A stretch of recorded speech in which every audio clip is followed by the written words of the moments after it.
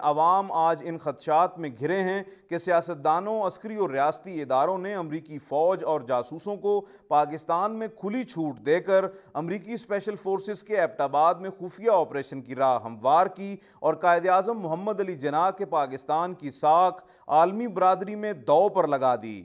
امریکی think tanks کے مطابق اسپیشل فورسز کے آپریشن میں اسٹیلتھ ٹیکنالوجی کا کامیابی سے استعمال کیا گیا، اگرچہ ماہرین کے خیال میں اس میں کچھ ابہام پایا جاتا ہے۔ امریکی میڈیا کے مطابق اسامہ کو ہلاک کرنے کے لیے امریکی ہیلی کاپٹر اسٹیلتھ ٹیکنالوجی رکھنے والا کومانچی AH-66 ہیلی کاپٹر تھا، جسے 2006 میں آپریشنل کیا گیا۔ Comanche helicopter high technology stealth synthetic material کے باعث ریڈار میں نظر نہیں آتا۔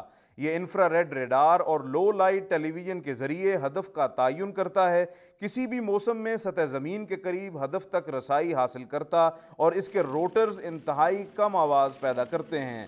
دفاعی تجزیہ کاروں کا کہنا ہے کہ ایسا ہیلی کاپٹر کامیاب آپریشن کی صلاحیت رکھتا ہے۔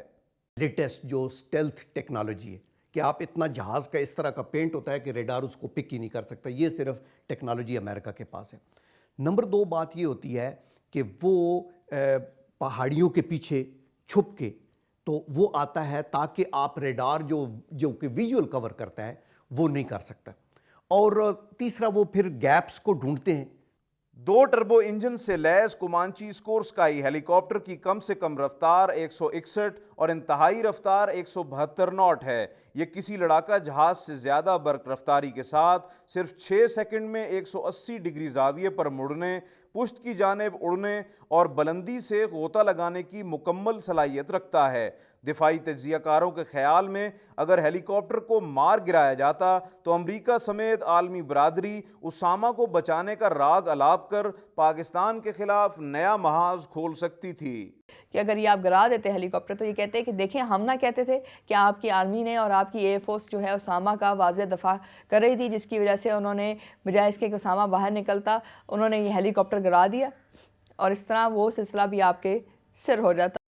مغربی میڈیا کے مطابق امریکہ نے پاکستان سے ہیلی کاپٹر کے ملبے کی واپسی کا مطالبہ کرتے ہوئے ان خدشات کا اظہار بھی کیا ہے کہ شاید ملبہ چین کو منتقل کر کے اسٹیلتھ ہیلی کاپٹر تیار کیا جا سکتا ہے۔ دوسری جانب ایبٹ آباد آپریشن کے بعد دفاعی ماہرین پاکستانی ایٹمی تنصیبات کی سیکیورٹی سے متعلق بھی خدشات کا اظہار کر رہے ہیں۔ حملہ کرنا اتنا مشکل نہیں ہے، آپ پہنچ سکتے ہیں، آپ اپنے ویپن بھی ریلیز کر سکتے ہیں، لیکن جو نیچے اگر اس کو ٹارگٹ کو آپ نے اتنا تحفظ دیا ہو تو اس کو تباہ کرنا بہت مشکل ہے۔ اس لیے جہاں تک ہمارے نیوکلیئر کا تعلق ہے اس کو تباہ کرنا میں سمجھتا ہوں کہ بہت مشکل ہے۔ عوامی حلقے پاکستان کی خود مختاری داؤ پر لگنے کے بعد سمجھتے ہیں کہ حکومت، عسکری قیادت اور دیگر متعلقہ ذمہ داران کو قوم سے معافی مانگتے ہوئے مستعفی ہو جانا چاہیے۔ ایبٹ آباد میں امریکی حملہ اسٹیلتھ ٹیکنالوجی کی بنیاد پر ہوا یا اپنوں کی ناقبت اندیش معاونت سے؟ ایک بات طے ہے کہ حملہ پاکستان پر ہوا اور عسکری و خفیہ ادارے اپنے فرائض کی انجام دہی میں مکمل طور پر ناکام رہے۔